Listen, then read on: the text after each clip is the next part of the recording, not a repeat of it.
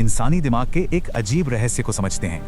कभी किसी ऐसी इंसान के बारे में सुना है जो नींद में उठकर चलने लगता है या फिर बातें करने लगता है और सुबह उठने पर ऐसा लगता है जैसे कुछ हुआ ही नहीं था। ये कोई फिल्मी कहानी नहीं, चलिए इसके पीछे का विज्ञान समझते हैं। वैज्ञानिक भाषा में इसे सोमनम्बुलिज्म कहते हैं और ये गहरी नींद में होता है। अब सबसे दिलचस्प बात, शरीर तो जगा हुआ है लेकिन दिमाग सो रहा है। इसी वजह से कुछ अजीब हरकतें हो सकती हैं और उस इंसान को पता भी नहीं चलता। लेकिन ये मामला कितना बढ़ सकता है?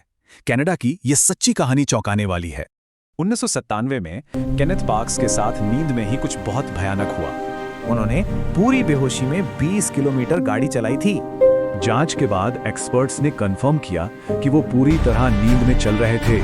अहम बात यह है कि अदालत ने उन्हें दोषी नहीं माना क्योंकि उनका दिमाग जागा नहीं था। उनका केस एक मिसाल बन गया जिसने सोते हुए दिमाग के बारे में हमारी सोच बदल दी। चलिए कुछ जरूरी फैक्ट्स पर नजर डालते हैं जो हमारी समझ को और बढ़ाते हैं। ये एक न्यूरोलॉजिकल कंडीशन है, इसे किसी भी तरह की मानसिक बीमारी नहीं समझना चाहिए। और इसी से जुड़ा है वो एक मशहूर मिथक जो सबने सुना होगा। मिथक ये है कि नींद में चलने वाले को जगाना जानलेवा हो सकता है। सच तो ये है कि वो बस चौंक जाते हैं, इसमें कोई खतरा नहीं होता। ये सब जानने के बाद एक बहुत ही गहरा सवाल उठता है कि कैसे एक सोता हुआ दिमाग शरीर से इतने मुश्किल काम करवा सकता है।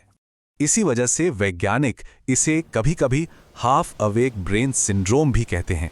ये हमें जोरदार तरीके से याद दिलाता है कि हम अभी भी कितना कम जानते हैं और ये सोचने पर मजबूर करता है कि शायद हमारा कोई हिस्सा हमेशा जगा रहता है।